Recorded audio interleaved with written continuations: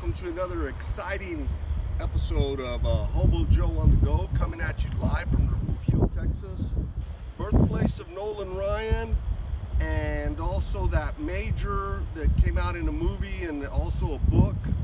We were once soldiers. So anyways, that's a little bit of trivia from Refugio, Texas.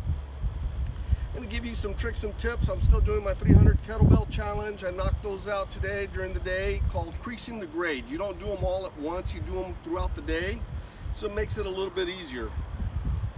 I was reading about Marquis de Sade, right, which you can look him up and find out a little bit more about him. But anyways, while I was reading about him and some of his stories, I was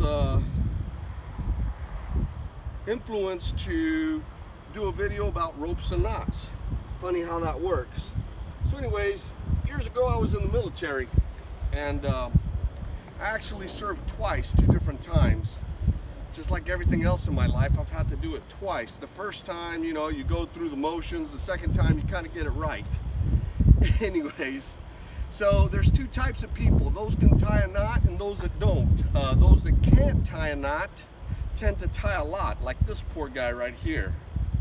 So anyways, I'm going to do a 4-part series about some ropes and knots. Whether you're camping, tent camping, RVing, or you're just hanging out around the house, you can always use a knot so that you don't have to cut your rope up every time.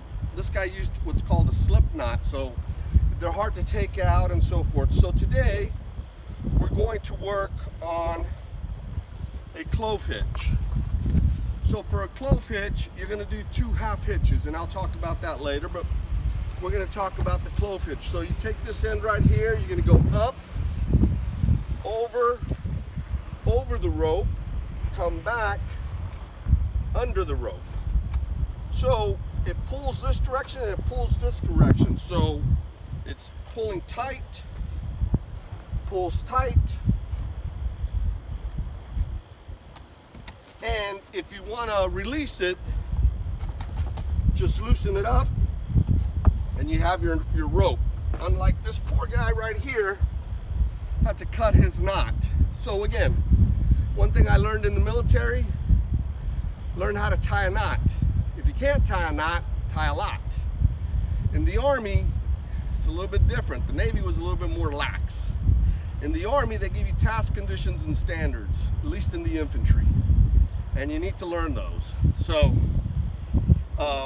if you like my video, go ahead and hit like on there, hit subscribe, share the video. Somebody could always use this information. You can always go back and use it for reference. Tomorrow we'll be talking about the square knot, but that's all I got for you today. It's Hobo Joe out. Again, it's like 50 shades of knots. Have a good day, have a good weekend. Hobo Joe out.